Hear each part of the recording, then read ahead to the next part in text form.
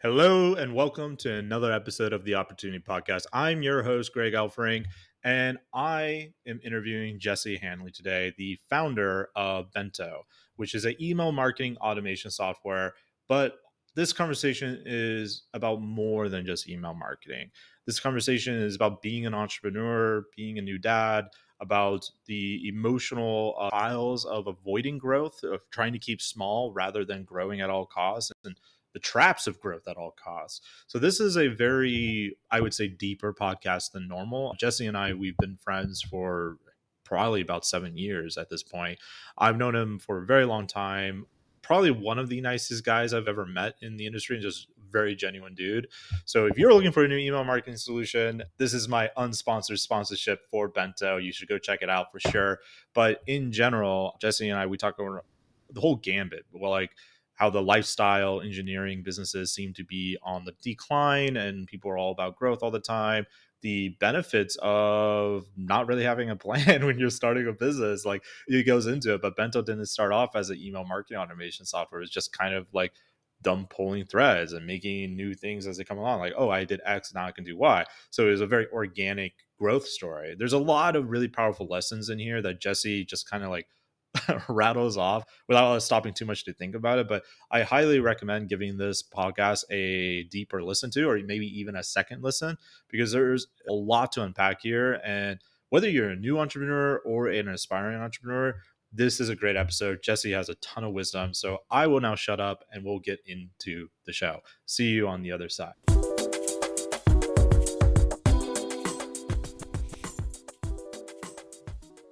All right. I am here with my friend Jesse. It has been a hot minute since you and I have talked. We're catching up a little bit offline. So I'm glad you're here. I'm a big fan of everything you've done. I mean, we've been friends for years. For our audience who may not know you and what you do, tell us a little bit about your background and how you got to the place you're at right now.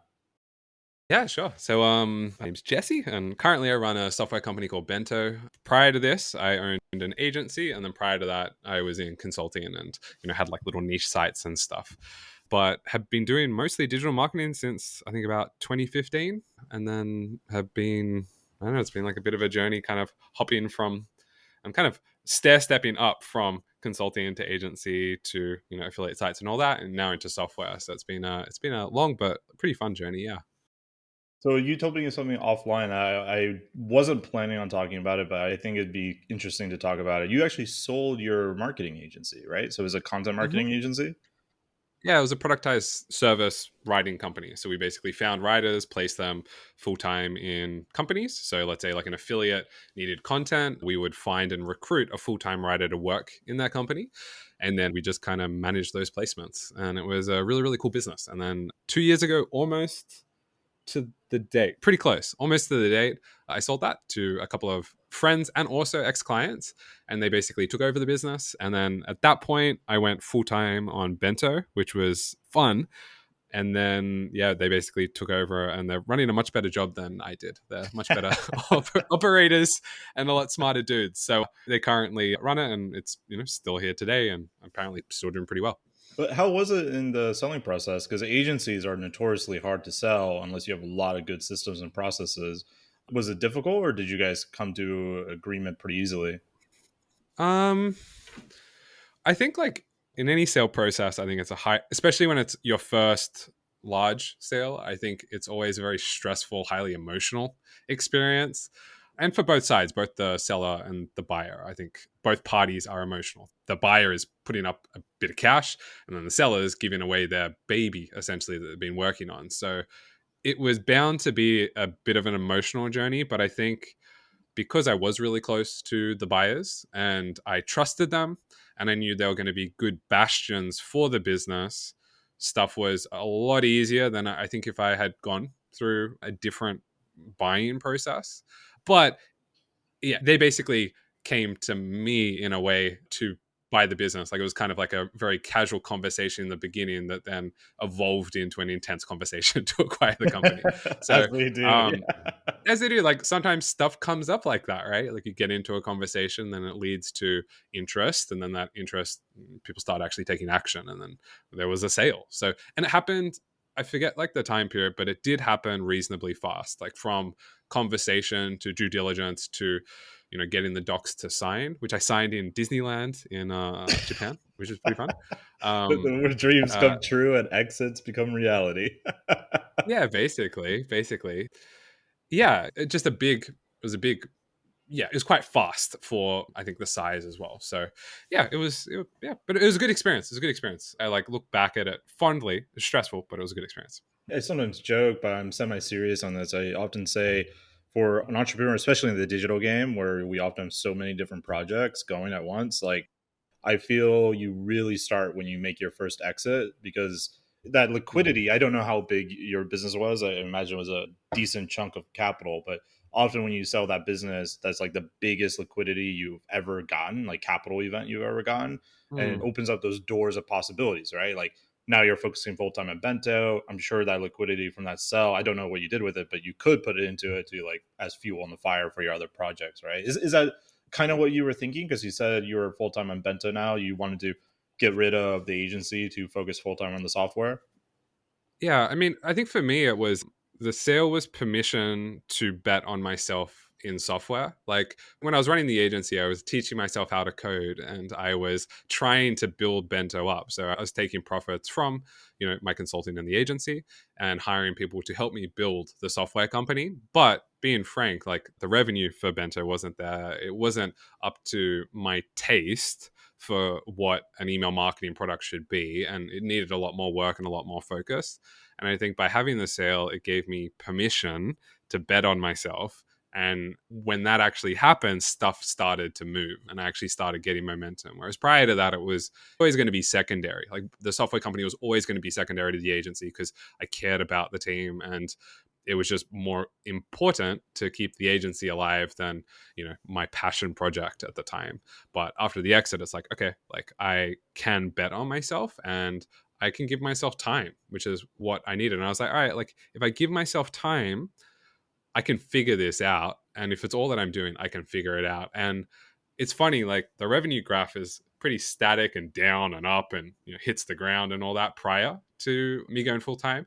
And the minute I go full time, it's been consistent just up, which I think is a testament to like having focus on that one project. And when it's something like software and when it is in a category like email marketing where it is pretty competitive, you kind of can't half ass it. You need to give it a good job out of respect for your customers and I think the category as well.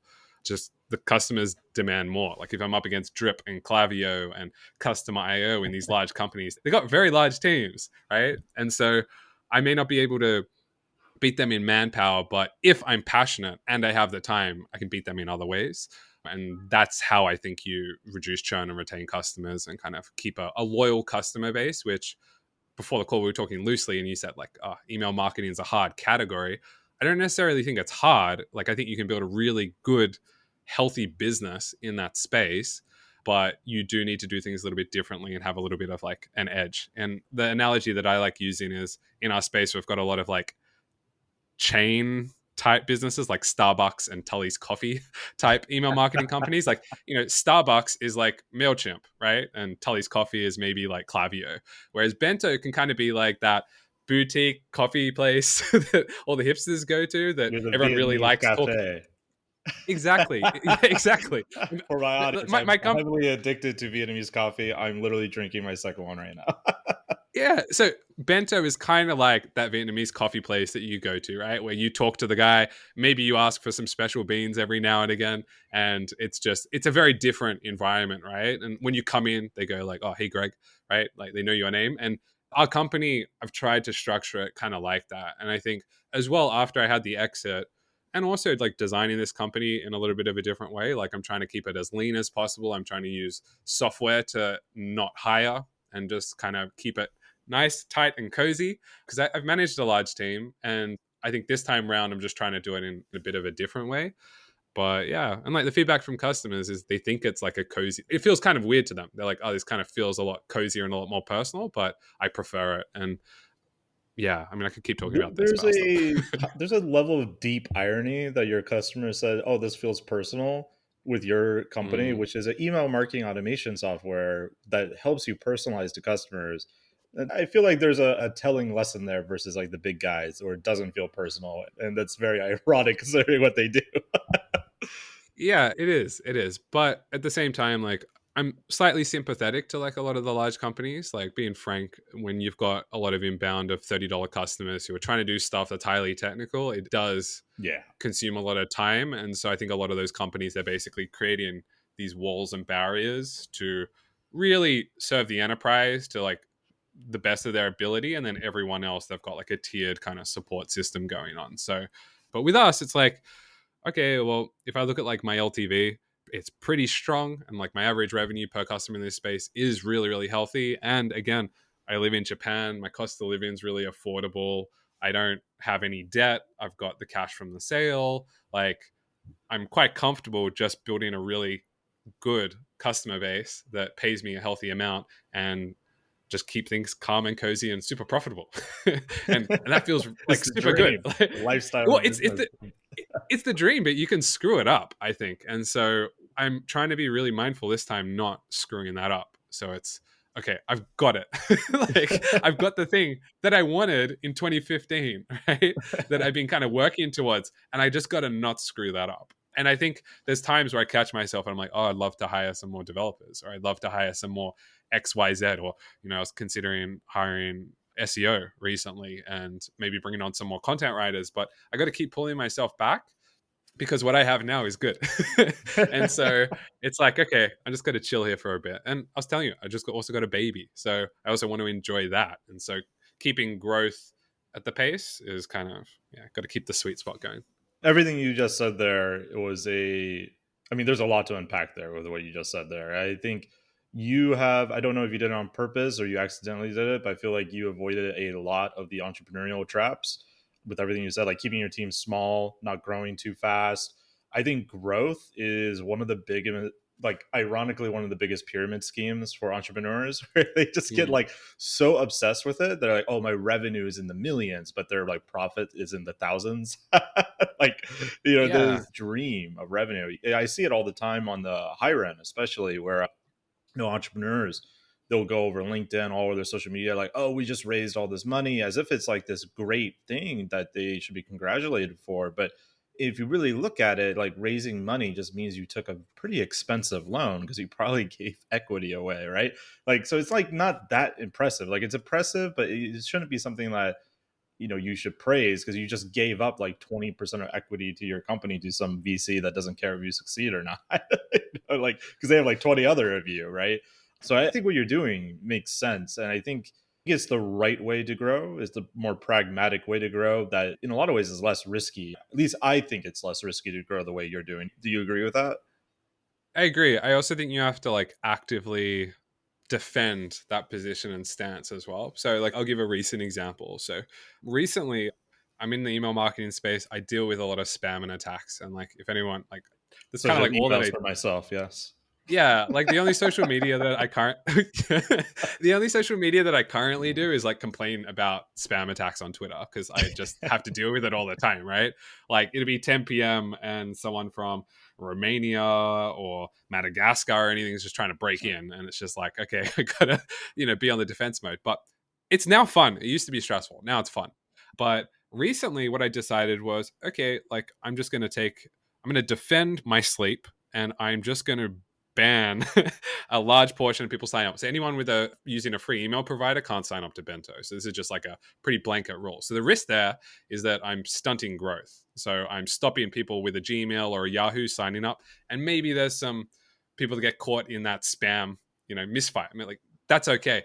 I'm okay taking that trade-off of growth, potentially heavily stunting the business, maybe losing someone that's going to sign up for $5,000 a month, because I don't want to deal with all the other stress that comes with accepting all that growth as well. And then another thing is like once you sign up to our product, you have to actually physically be approved by a human. So Anya on my team looks at every single site and we agree which sites are going to get approved onto the network. And that benefits existing customers because basically no one spams, no one does anything wrong. And so all of our IPs and all of our IPs are basically healthy. We're never on blacklists. And when we are, we resolve them really fast. Whereas in the other providers that want growth, they accept everyone, bad actors come in, they nuke an IP, and then all the customers in that IP also get nuked into oblivion. And then they come to Bento to say, hey, my emails aren't delivering anymore, and we can actually like take them in and look after them. But again, it's like we lose people in that approval process who don't reply to our emails, so we cancel their account, and we lose people by blocking people that are trying to sign up. So we're doing all these things to like run a better business, but it does stunt growth in a lot of ways. But it's like, okay, we're profitable, we've got money coming in. Like where we are now is enough. So now we're just trying to focus on making the product as good as we can. But yeah, I don't know. Yeah, does that make sense? Yeah, no, it makes total sense. I think the onboarding process of having an actual physical person, like I agree, that does stunt growth, but at the same time, I would feel that would increase your LTV quite significantly because like that probably adds to the coziness factor, and like someone who's willing to get on that call is probably already pretty sold on you, I would think. Yeah. And so that would like make them like much more loyal to you. I've seen other email companies. I think it's MailerLite, but other Mhm. ones say it too. We work a lot with affiliates, and affiliates get a bad rap with email for justified reasons with a lot of what they tend to do, but the real affiliates suffer for it. But that leads to a Miller Lite having this like weird policy where it's like, we don't allow affiliate marketing, though affiliate marketing links are okay. Like, wait, what? I actually emailed them about it once because I often recommend MailerLite as a free service. I think it's better than MailChimp on the free plan, We at can least. change that. We can Yeah, talk well, more. hopefully we will. Sell me, Jesse. But yeah, I asked them like, so what's your policy here? Like, because you say no affiliate marketing is allowed, but affiliate links are okay. I'm confused. And their email response is like, yes, we don't allow affiliate marketing, but you can use affiliate links. Like, what? Like, Yeah. I I'm mean, just so like from confused. which yeah, like that's confusing, but like my interpretation of that is basically if their customer support deems something as dodge, therefore they're just going to ban you. Like Yeah, that's you kind have of no all that they want recourse. that policy for. Yeah, and so it's like, all right, Greg posting an affiliate link every now and again, like Hakuna Matata probably fine, right? But a guy who is buying lists in Facebook groups, jumping into MailerLite and quickly doing a ClickBank link, yeah, that's not going to fly. So Weirdly I also think named Greg. Strange. so you were the guy. You were the guy 2 weeks Well, come ago. on, come on. I Um, have class. I'm using Digi24. Come on. stop it. So yeah, I think, and that's part of it. I think when you're trying to build a calm business, you do have to kind of create a lot of these laws and stuff. But yeah, on the communication side, we try and be super communicative, and then also like we do something that's kind of different, which is we have a Discord as our main support offering, I guess. So when you email us or you even go to our chat, which is powered by Bento, we actually auto respond as they just go to Discord and ask, and everyone joins the Discord. And then from there, we try and big customers have private channels, and then everyone else does the public channels. And then in the public channels, we've got support, bug reporting, all that. It's all open, and I'm accountable. So if something's wrong or something's down, like people get to see how I respond and how I react and all that. And I think that is also super interesting. And I've got customers helping other customers out, which is really cool. And I think that dynamic's quite nice. And the That's way I've always explained it fascinating. is, Oh, yeah, and sorry, the go way I've ahead. explained it is, yeah, have you played like World of Warcraft or any of Of those games? course. Yeah. So like, What kind of in World of FPL would I Warcraft, be if I said no to so that? in World of Warcraft, let's say you're a priest, right? And you've got like healing one person, or you can do like AoE heals, so area of effect heals, right? Discord is kind of like AoE of support, where I'm able to heal or support as many people as I can, way more than I could if I was just kind of, focusing on one person at a time in email or live chat. I used to get in certain regions of the world, and often it was like maybe like a miscommunication because of like a language barrier or whatever. I used to get a lot of those in email and chat, and it never happens ever in Discord. And that is just such a nicer business to run, because I think, especially as an email marketing provider, people have a lot of reasons to hate you and a lot of reasons to believe bad intent. But if they see real people in a Discord and they see people like me engaging, and people are being kind and all that, they don't assume that bad intent anymore, and they usually assume good intent. And so people are just way kinder and way more understanding. Even if I'm asleep and maybe they get a reply from Anya, which is like, hey, received, we'll reply in 12 to 24 hours. You get a reply when like Jesse's up. like that also works really well as well. And people just want a fast, quick, happy response from someone. And, Yeah, and, yeah. and it works pretty well. That's great, man. That Discord tip, I think that's very interesting. I've often told people like if you build a community, and we tried to do it, but we suck at building communities, so ours failed. We tried it on Discord. It wasn't support, it was just meant to like Mm, bring people together to talk.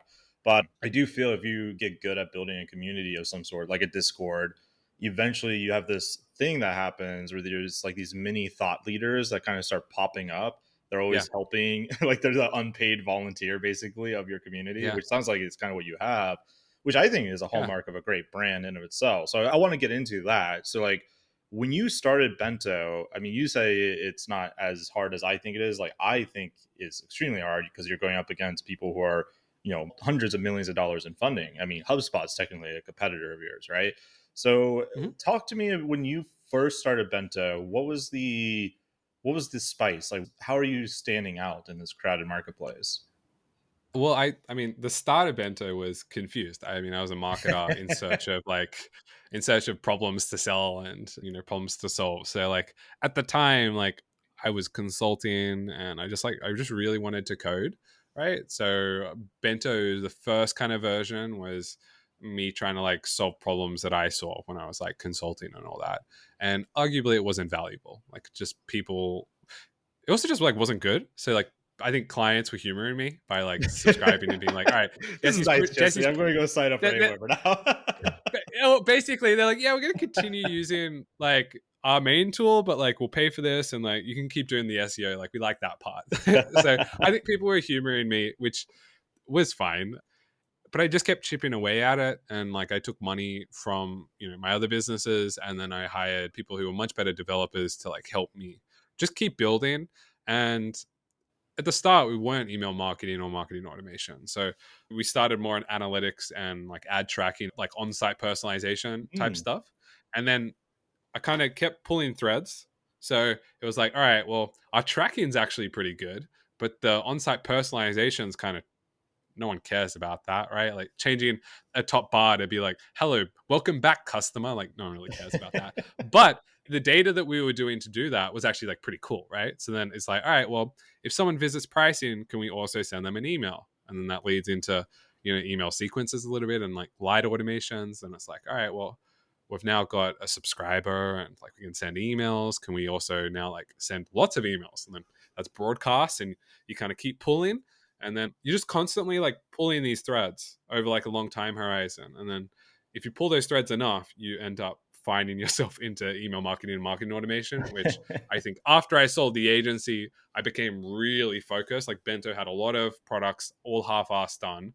And I was like, all right, I need to laser focus in on email marketing and marketing automation. And like stepping back a bit, this was also true with the agency. Like with the agency, at one point we did a lot of things and then the business got better when I was like, all right, we just hire writers and place them with businesses. Like when I just focused on that little part of the business, things started to take off. And I did that with Bento as well, where I was like, all right, I'm doing a lot of things, I've experimented a lot, that's enough, this is where I'm going after, I'm just going to focus. So kept pulling on, trying to be at least on par with some other tools, on par in terms of like getting the job done, not in terms of like taste, right? So someone would look at Bento and be like, all right, it gets the job done, it's ugly. And then but people were willing to take a bet on me, right? And they saw that I was working really hard at it, so that they're willing to like save money moving over from drip to us. And then now we're at a point where it's like, no, I think like the product's better in a lot of aspects, and now I think the taste is at a good point. But yeah, for the longest time, it wasn't there, and I think people were just taking bets on me, which was very kind of them. Really grateful. But yeah, That's awesome. So it basically was an evolution of kind of just like, oh, I can do this, which leads to this, that leads to this, more so than you doing like this SWOT analysis, like, all right, MailChimp has this feature, I need that. It just kind of yeah. naturally, organically grew from this tracking platform. Yep. And then sometimes I wanted to work on stuff because I wanted to learn, right? So like Khaled, who, like when I wanted to build the marketing automation side, I wanted to learn React, like the coding language for the like front Mhm. end coding stuff. So I was like, all right, I want to learn React because like pretty things on the web are built in React, and I'm just doing, Ruby on Rails stuff. So it was all pretty like static, a lot of forms, pretty basic. And so then I tweeted like, "Hey, I'm struggling. Can someone help me with React?" And then he slid into my DMs, and then we became friends. And I brought him on to basically like build with me and coach me. And that's how the whole marketing automation product started. Was Wow. like, I kind of had built like a concept, a really ugly MVP, and then tweeted, found someone who wanted to help me, and then he helped me kind of build that. I didn't realize that And was your relationship with Khaled began, and he was such a major factor there. He downplays it so much. Like when I met him in Bangkok, he's like, "Yeah, Jesse, right? Like, yeah, like, oh yeah, I used to work for him. Like, oh, what'd you do? Like, oh, just this and that." Like, he's just no, I mean like it like, sounds like he built like a major chunk of your company, but he made it sound like, oh yeah, I just did like some part time work for Jesse.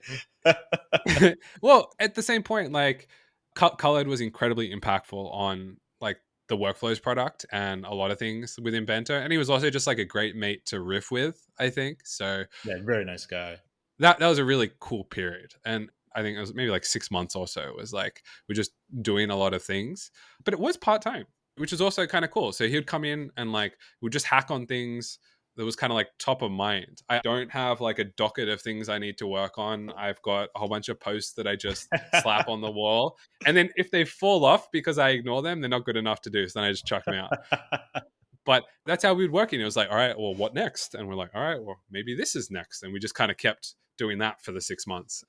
And then, which was true with all the contractors I worked with, I would take over. So I would code, learn, take over, code, learn, take over. And I would just try and get myself to a really good confidence level where I could take over code and then run with it after that. And I love that pattern because it's empowering and it's fun. And I think if you're not in like a full on growth mode, it works pretty well because you're just working on what you're passionate about. You're, Like, you you're, can you're actually learning, take you're time building. to enjoy the journey rather than like, all right, I have 5 developers, I need more marketers, like gotta go raise money, all this other BS that you there's basically a distraction in a lot of ways from building a better product. Yeah. Yeah. Whereas nestling in and just knuckling down with your mate and hacking together, that's fun. That's Yeah. a really, really cool experience. So So talk yeah, to that me. was fun. Khaled's awesome. Yeah, he is a very nice guy. We'll give him a shout out. I'll tag him in social media and then Yeah, just tell cool. him that we talked about him and won't refer what it was. So he has to listen to 27 minutes before he gets to his mention. Nice. I do that to anyone that mentions anyone I know on the podcast. So as a way to grow, it's my secret hack. But Nice. let's talk about what does Bento, because now it's like fully formed, or at least like much more fully formed than when you were, as you say, Hmm. half-assing it when you started the agency. Talk to me about why is it better than Drip? Like, why is your solution better than MailerLite? Like, why should I be recommending Bento now instead of MailerLite to people I'm talking to? Like, give me your sales pitch, basically. It depends who you are. So, what I found with most of my friends that I've migrated over, we'll go with my friends, is a lot of them aren't really doing too much. A lot of them really are just sending a broadcast once a week or twice a month, or they have like one or two automations kind of like set up. So, for those people, coming over to Bento, generally, you get things like better deliverability. You'll deal with less like issues with spam. So we've got like a whole bunch of tooling around spam and email validation and all that, which usually pay third party services for. But for us, you get that all kind of included. So there's no risk of getting list bombed or bad signups coming in. So that part's kind of resolved, which is quite nice. So for those people that have simple setups, they basically get better deliverability. Their customers maybe get more emails than they would have previously, and things kind of just continue to run smoothly. So that's for those people. For another portion, which is more kind of like technical creators, Bento is way more kind of like tech friendly. So for developers and people that like kind of coding, Bento is a really good fit for that. And it's probably like the only tool in the price range that can do everything that we can do without moving into more enterprisey tooling. So things like custom IO and Braze and those types of tools, which they're very developer friendly, but they're enterprisey, they're expensive. So Bento is a good fit for those people as well. So we've got SDKs for all the major libraries like Node, Ruby, of course, PHP, etc., etc. The interface for building automations is a lot more techy. You've got a test suite in there.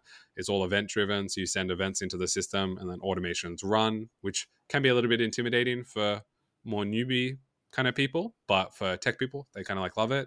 The way that we're built automations is a lot more flexible. So in things like Active Campaign and Drip, everything's kind of like a snake, Yeah. like snake automations. It comes down. Bento, you're kind of building horizontal, so you can have one flow that has all your automations in there. So we've got people that have like 1,000 nodes when you scroll out, like a massive canvas, and you can leave notes on the board and videos and looms and all that. So if you're an agency working with a client, you can put looms and animated gifs all over it to explain to the client what's actually going on. So those kind of like collaboration features are pretty cool. Oh, that's pretty sweet. I Yeah, there's and been then this is semi-related, but I'm a fan of building mind maps. And so all mind map, I used to mind map out these insanely complex marketing funnels. Nowadays, I'm a lot more simple. Like I think simplicity is what scales and complexity fails. But earlier on in my career, I was definitely a complex guy.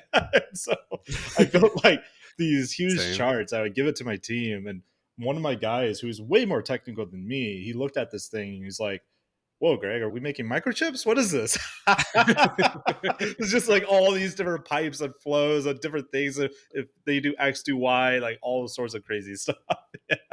Yeah, I mean, I've got like a guy. I got a guy, Zach, who I think you'll enjoy that. I mentioned him. It's like Zach has almost broken Bento lots of times because he's using the workflows product almost as like a coding language, like within itself. Like when I'm looking at the ways that he's actually using the workflows product, it's kind of nuts, and I think he is nuts, but it works. It seemingly works. And I've had to create like custom things where it's like, if it's Zach, pump him into this special queue so he doesn't screw everyone else over.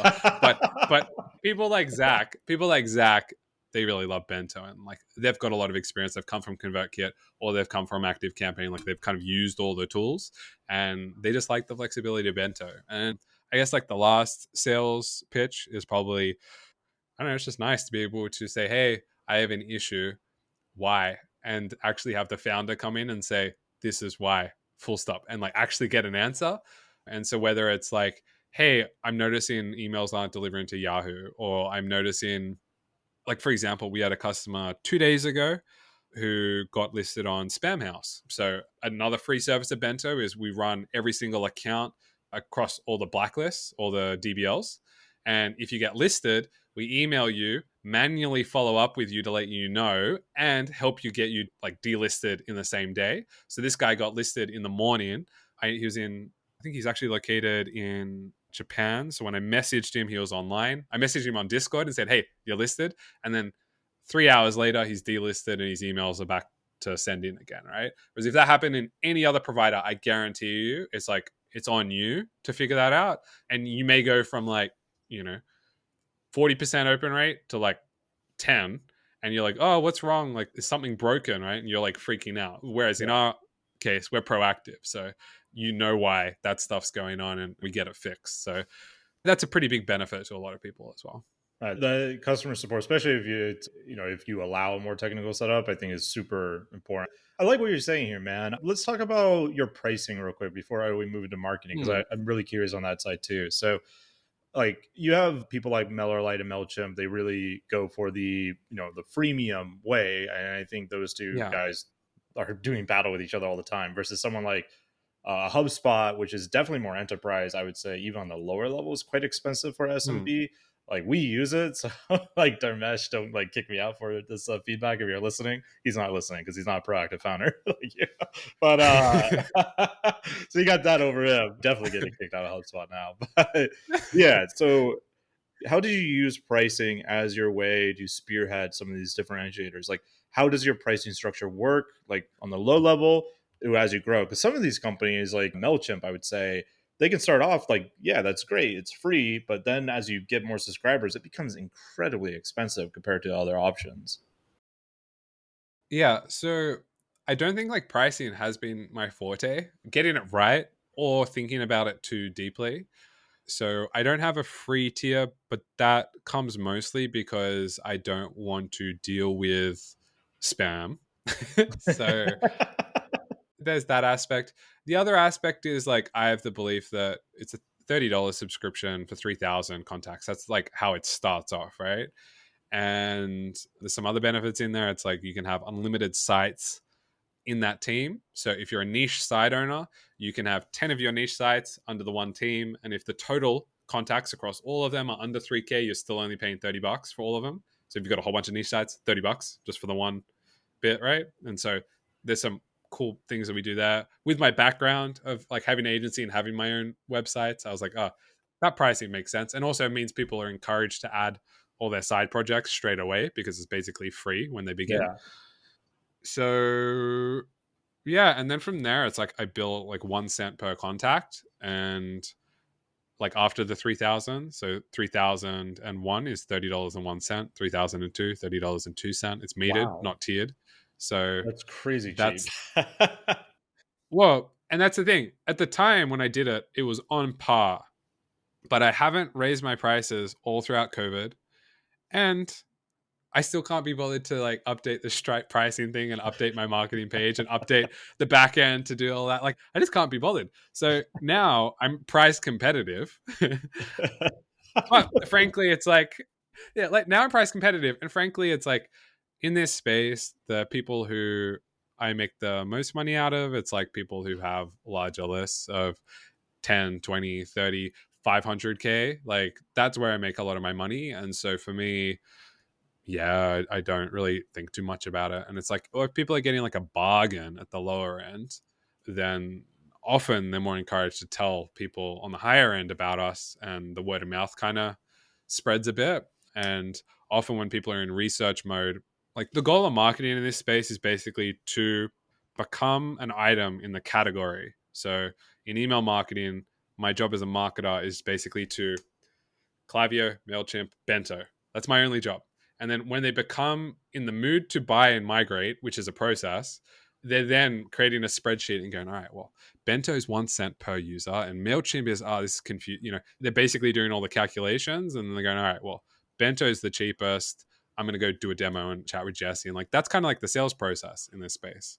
So like Empire Flippers wanted to switch or was considering it, they now know about Bento. And so when there is a task, let's look at our alternatives. Like you'll make a spreadsheet, you'll put us in there, and we maybe like highlight it as, oh, that's kind of interesting. Let's at least have a conversation. So I'm curious on that front, real quick. So, with us with HubSpot, we have a love-hate relationship with them. I don't think we would ever move from them, and I think the reason why is because of how see about that. painful it would be. How painful it would be, because like all of our marketing, all of our sales team are using it. Like we have all these like custom stuff we built on top of it. But in Yeah. your experience, like the people who make the move, like, is that where the majority of your big customers are coming from? People migrating from these other marketing campaign or other marketing automation softwares? Yeah, I mean, we can just keep going on HubSpot because like it's fine to punch up, right? So with HubSpot, it All the tagged our mesh that we talked about in this podcast. It's my growth hack coming back again. yeah, yeah. Like so with HubSpot, what's kind of interesting is often pricing isn't paired well to value or usage in HubSpot. So, for example, you may be using it for the website hosting, awesome. You may be using it for the CRM opportunity management stuff, awesome. You may also be using it for automations, but wish it does a little bit more. And maybe for the broadcasts, you're also using it for that, but the price you're paying per contact to send those broadcasts maybe doesn't really make so much sense. And so for a lot of people, they're happy to move off HubSpot, at least for like the broadcast portion and like the marketing email portion, right? And so then they then save quite a substantial amount of money on their HubSpot account. Their HubSpot account becomes more focused. They're like, all right, our sales team's in there and our website's there, right? And then our marketing's over in Bento. And so what I'm noticing is a lot of people are kind of like breaking off pieces of these kind of like larger tools, especially with those all-in-one platforms. That they're okay getting something a little bit more specialized and a little bit more advanced and saving money at the same time. That's usually what those HubSpot migrations are like. Or what I've also seen is like there's the whole clean slate thing. So a lot of businesses this year are doing clean slate initiatives. So they're going, all right, I'm on HubSpot, been there for 5 years. Well, let's clean it up. There's a lot of bad data in there. I've got a lot of bad leads. I've got a lot of bad contacts. We got list bombed once, but we just put up with it. Like all that kind of stuff, you know? And so then they go, all right, let's gather, spend a month resetting. We'll move to Bento for marketing automation and email, broadcast type stuff. We'll move to close.com or Pipedrive for our opportunity and sales management. And for the website, we're going to WordPress again, and like that'll be that big month of migrating and moving and all that kind of stuff, right? So that's kind of how it is. And like people don't impulsively switch ESPs, but they do always emotionally switch. And so your job is to, as a salesperson, is to acknowledge that what they're doing is like an emotional process, and you've kind of got to guide them and help make it smooth and easy and all that kind of stuff too. So there's so much stress. It's like, oh, how do I migrate? What if I migrate and like everyone gets emailed accidentally? Like all that kind of stuff. You gotta Yeah, yeah. This is make why sure email people are okay. marketing automation is so sticky, man. Like even if you hate like the provider you have, if you've been with them for a long time, there's a good chance you're going to stay with them just because like the emotional agony of switching is so much greater than the devil you know, right? Yeah, it is. The churn's yummy. It's a very I good, bet. good niche. The churn, touch wood, is and there's lots of wood in this house, which is good. Touch wood, thanks. Yeah, like touch wood. It's the churn's low, but Real the quick on trade the off. churn thing. When I was 18, I might have been 19. My first affiliate site ever was, of course, in the make money online niche because that's what the gurus told me to do, which I sucked at. But I got a paycheck from Aweber for 4 years, ranging between $5 and $20 for like the few people I had sold. So like That's so funny. every few months, I would get this paycheck for like $100 from Aweber for years because of whoever I sold on the internet just stuck with Aweber forever. It's so funny. I wonder if I've still got, because I also did some of that stuff as well. I wonder if I've got like pending commissions that are Yeah. still that are still waiting. Yeah, that's so funny. Yeah, that's so funny. It's saying that though, like also just going back to like the churn stuff. This category is very low churn, but also the agency that I ran was also by design pretty low churn. And so I think at least thinking a little bit upfront about the businesses that you go into and making sure that they are potentially low churn businesses is, yeah, I think I was mindful about that when I was kind of focusing in. It was like, all right, the most stickiest part of the business is sending broadcasts. Like if someone's sending their weekly broadcast, they just don't change that pattern. They've got SOPs written for it. Their team's already in there. They know the flow. They trust it. They're not going to churn unless something emotional happens, right? Yeah. Like they get, like emails don't get delivered or something like that. So yeah, and the agency, it's like once a writer was installed in a company, unless the site they were working on kind of tanked, they'd stay in there. So from that aspect, the agency was a great business in the churn regard as well. I like that thought. With Bento's other marketing, so you mentioned people migrating over. What else are you doing to market Bento right now? Like I noticed you have a creator program slash affiliate program. Is that like Mhm. a main driver of business as well, or is other stuff the main driver? We have like a handful of kind of tentacles out there. So like there's creators who have done like YouTube reviews, right? And so like there's a pretty popular one at the moment where it's comparing ConvertKit, Active Campaign, and us together. And that drives a pretty healthy amount of leads because it ranks in YouTube search for, you know, ConvertKit review, Active Campaign alternatives, that kind of stuff. So initiatives like that work really well. Posting about stuff on social media works really well. And then word of mouth is also pretty powerful at this stage. Like today, this morning, I woke up to a referral from one guy who's been a customer for 2 years now, and he's referred someone that I think has like a list of like 800,000. So that'd be plus, 8K ish a month. So yeah, like they're kind of like the main ones.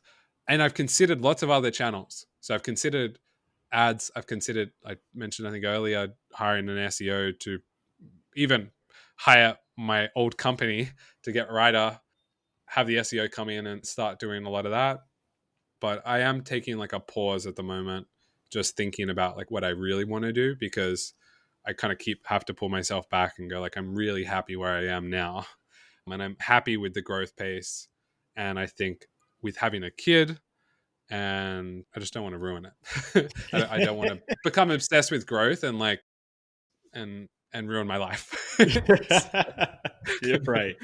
I want to get into before we wrap up, like email marketing stuff. But before we do that, with what you just said there, one of my questions for you, and we kind of talked about it throughout the podcast, but I think it might be helpful for our audience because, again, I think the growth trap is one of the sexiest and easiest traps to fall into for entrepreneurs. And it can lead to really bad places. I've seen a lot of businesses go out of business because they grow too fast, like, which is very counterintuitive. You think like, oh, I'm crushing it. Like, yeah, you're also you don't even have like profit to pay the electricity bill.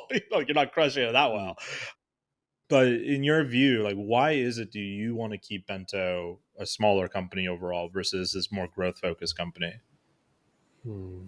I think like when I started out, or even like before I went on my own, when I was like listening to the Tropical MBA podcast, or I was like, following whoever it was online, I think I just really liked, I was dreaming a lot at that stage. Like, I like the idea of having, my own thing that generated enough to live on comfortably. And yeah, and like listening to those podcast episodes and hearing people doing exactly that. Right. And I especially think also over COVID, a lot of that dreaming for some reason is like, well, the romanticism has maybe like disappeared quite a lot. I don't know if you feel that, but I'm hearing like a lot less stories about people having great 5 to 50K a month businesses by themselves, or even more than that, It's never just by themselves now. Everyone wants to grow a team and everyone wants to have a massive company. And pre COVID, there was a lot of stories of people running phenomenal businesses by themselves and living really cool lives, right? And I'm just trying not to get pulled into like the current trend of, you know, growing massive business, growing an 8-figure business or whatever. Like, I don't want to do that. Like, for me, I want my business to be successful. I want to continue working on it. Like, all those things are true. I want to do like the best work of my career and feel good about it. All that's true. I also want to be like a good dad, a good husband to my wife, and I also want to like enjoy the country that I'm in. Like, I'm in South Japan. I like really like being here. I love exploring, and like, I just don't think you can do all those things if you do take like the high growth, get to 8 figures path. I just don't think it's But possible. Jesse, you can do it once you're at 8 figures. What do you mean? Yeah, but like, it's not worth it if like you get But divorced and do you you know lose your kid and stuff. Like, it's the Mexican fisherman parable? yeah, I Yeah, do. that I was the joke I was referencing, or Yeah, I referencing mean, that story rather. but it's true, right? Like, I think it is easy to like kind of fall into that trap. So I just got to kind of keep pulling myself back, where like I had more, I think, humble ambitions, where they were like, all right, that's another thing actually. Over like the past couple of years, I've tried to like kill a lot of my forward thinking bigger goals and try and keep stuff to the day. It's like I wake up, I do good work, I play with my kid. My dog's barking now. I'll go play with him, and then what is it? And then I rest, and then I just do it again. And seemingly, if I keep that up and I'm consistent with that daily life, that daily routine, it works, and it has been working. So I want to not not break that. My guess, and of course I could be wrong here, but my guess with the niche you're in and with what you're doing, what it sounds like your customers feel about you, you will most likely get to 8 figures with your business if you just keep things as you are, like the slow grow. Like, that's the thing. Like, people want these big business, and I agreed with what you said earlier about the romanticism part. Like, when I first Mm, came out here 7 years ago, that was all anyone was talking about, was this like lifestyle dream, these lifestyle engineers, the grandchildren of Tim Ferriss, right? But yeah, now it's all gone. Like, I don't see that nearly as often as I used to. And I don't know if it's because maybe because EF has gotten so much bigger, the businesses we sell have gotten a lot bigger. Like, when I first came on board, the biggest business we had ever sold was $150,000. And like, I remember very clearly Joe, one of our co-founders, he told me like, yeah, Greg, when you get to 150K, the businesses, they just become totally different to sell. And now we've sold a $20 million business, and like, oh, wasn't that cute when we said that like 7 years ago? But yeah. and like, while it's really cool, I do feel a disconnect from that community, and even from the DC crowd. Like you said, I don't see those stories very often. So I'm glad someone's holding the torch to keep on going. Well, I don't know, but I think a lot of people are doing this. They just think they're a lot quieter because I think there's less maybe like light shining on them. Yeah. But yeah, and where I kind of put the blame on like the romanticism part is I think when COVID happened, a lot of people moved back home. And so a lot of people like moved back to the US and they stopped living not their dream, but like they just kind of got booted out. And so then they went back home, they went back to Texas, they went back to San Francisco, they went back to Sydney, Melbourne, wherever it was in the world. They went back home. And when they were back home, they kind of had nothing else to focus on. But like, I'm just going to grow the business. And then they actually probably did that. And then when they grew the business, they've now, got the shackles of more employees, maybe a mortgage. A lot of people bought houses during Yep. COVID as Yep. well. And so at that point, you're like, all these dynamics are coming into play. And then it's like, all right, well, I've got to go big now. And so I think the strategy, if you're able to, and I was in Japan like all of COVID, and I don't know if you were I you in was in Vietnam? Vietnam for pretty much the whole thing, minus like the Yeah, last 6 months or so, because I had some business stuff in America I had to do.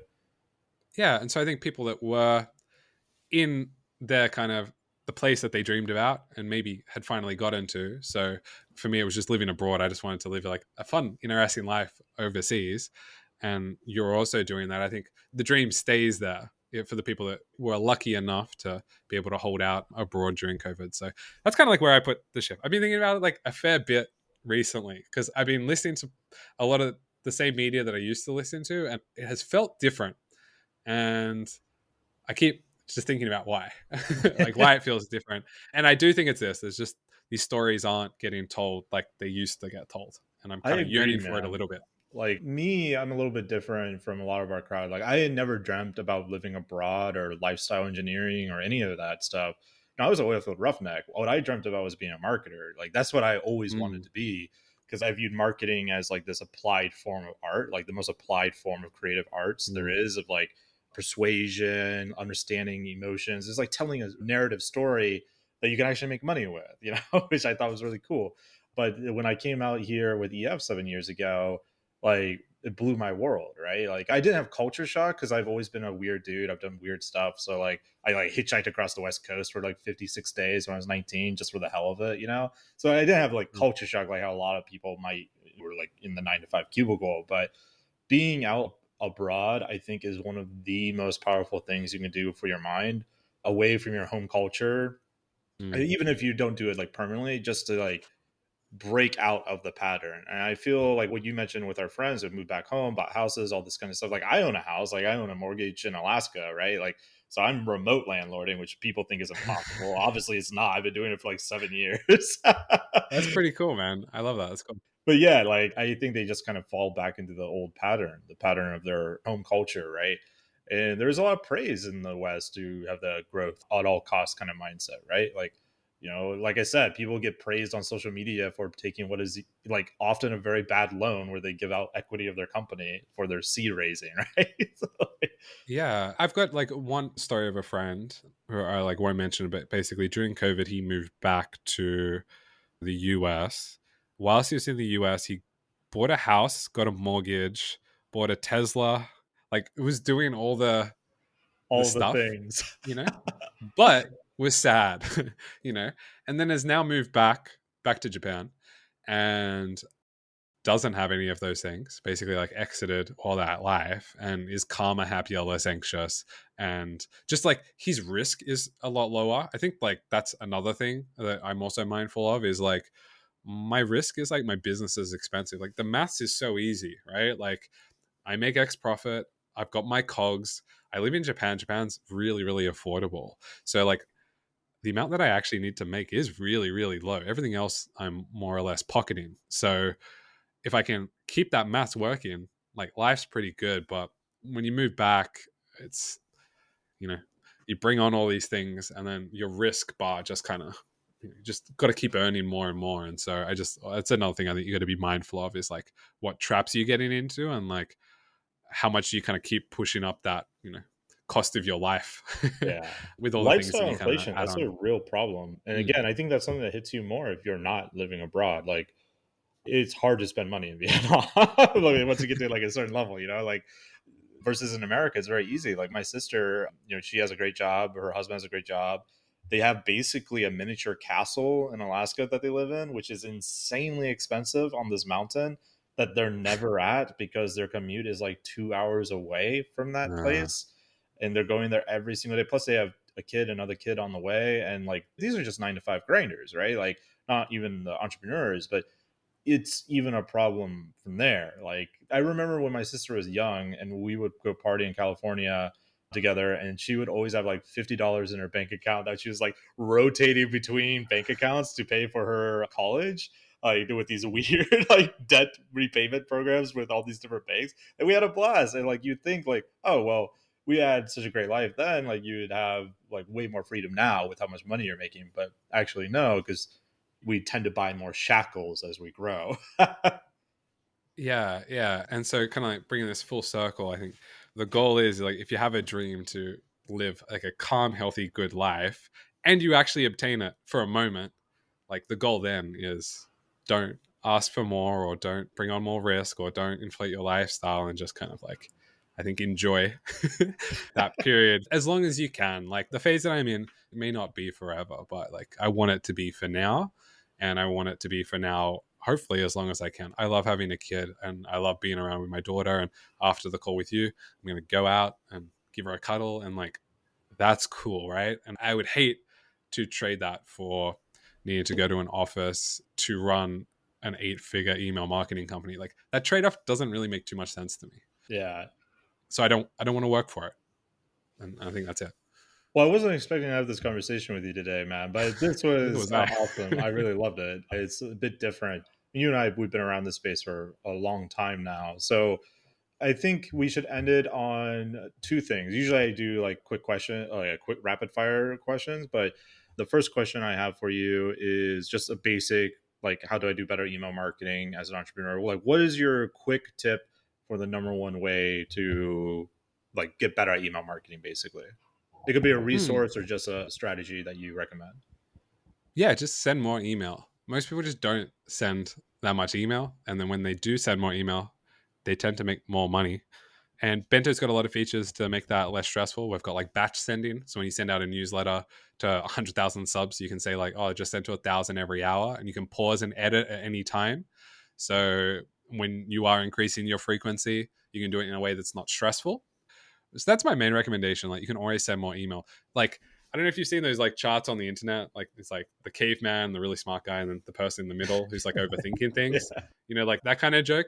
So like in Bento, what has actually historically been true is the people that make the most amount of money are like the cavemen. 100% they're the cavemen. They're the people that are sending like an email every single day with like simple but well communicated offers, and they're just going at it. I've got one guy, it's like you sign up to his like newsletter list and you're gonna get like 100 emails in like a month, and but his customers love him and he makes a lot of money. I've got another guy that just sells t-shirts, but they're funny t-shirts, and he's sending like a newsletter every day that's like super. I look at him, I'm like, I don't know if I would ever buy them, but he's selling so many t-shirts, so I don't know. Just send more email and just yeah, that's my advice. I have so many friends, they built out email lists that they just like never use and they think it's going to add value to the Yeah. company. And that's so common. But the caveman thing that reminds me of, I spoke at Affiliate World, which has some of the best paid marketers in the world, in my view. They're really bad at building businesses, but they're really great at driving traffic. Like, that doesn't be the curse of the powerful super affiliate. But like I saw this meme in one of the groups where it's like, the nerdy incel guy who's like, I just did day partying at like 30 minutes on a Wednesday with all this like crazy Facebook ad jargon. And then it had like the Giga Chat, like, my targeting is 18 and up, all of the United States that speaks English. He's like making way more money. And all these super affiliates comment, this is so true. Like, this is how it works. But it's always like that. It's like send more email, just run the ads, keep it simple, and generally things are going to be okay. I love that. Yeah. That's really funny. That's awesome. So my second question for you that we'll wrap it up on, it was kind of related to the end part of our conversation, but what advice would you give to an entrepreneur that's like, maybe they're not even an entrepreneur yet, maybe they're aspiring to be one and they have like that kind of growth and grind set kind of hustle mentality, What kind of advice would you give them? Because you've had quite a lot of experiences now. So, what would be your biggest Hmm. advice to an entrepreneur? I got like a few. I think maybe do a couple of lessons. Just bear Sure. with me. I think one lesson is that all these different revenue streams all whisper things differently to you. So when I was running the agency, when I had affiliate sites, when I have my SaaS business, they all make money in different ways, right? But when they give you that money, they've all got a different tone about it, and they all say something differently when they hand over that money. And I think listen to how you respond to getting a lot of that cash. Like if you're an early entrepreneur, just try different stuff, right? Try consulting. I think consulting's like honestly amazing if you get it right. Try running an agency. Try SaaS. Maybe save up at your day job and buy like an affiliate site or something. But just acknowledge that they're all going to treat you differently. And when they hand over that cash, they're going to say different things to you when they're doing that. And I just think just listen to how you personally respond to that and use that gut feel if that business is a good fit for you. For me, the thing that I kind of realized was running consulting and doing consulting, whilst I loved it emotionally, I think started to kind of weigh on me like a little bit just because I think I don't know, I just didn't respond too well to it after a certain. I was too emotionally attached to a lot of the work.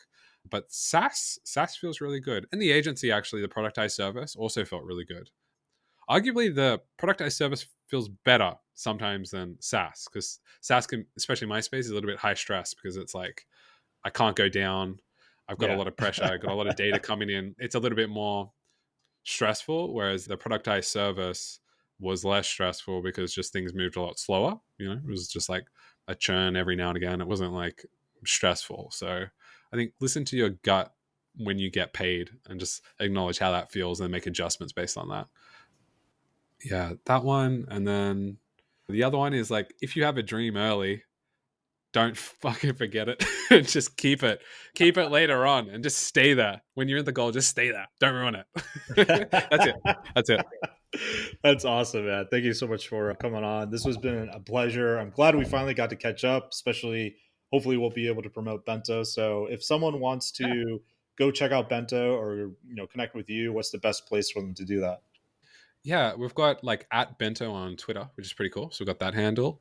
So you can follow the business there or go to like bento now, now.com for the site. I mean, if you want, you can also talk to, if you're in like an agency or you're just starting out, I actually don't mind taking calls from people. So you can actually book a call, just email me in advance and be like, oh, this isn't a demo call. Like, I just wanted to chat about marketing or agency or any of that stuff. And I'm happy to have those conversations. But if you're interested about Bento, schedule a demo. Don't email me and I'll show you the product. They're the easiest ways to get in contact with me at the moment. Awesome, man. Well, I'm hopeful that we get to meet up soon. My wife and I, we want to go back to Japan. So maybe we'll come and Mm, annoy you in your personal space. that'd actually be really fun. I'd love that. I'd fly up. It'd be cool. Well, awesome, man. We'll put all the links to connect with you in the show notes. So anyone out there listening, go check out Jesse. Go check out Bento. Highly recommend. I won't recommend Miller Lite anymore in your presence. Awesome. All right. Thanks for coming on, man. All right. See you, man. Bye.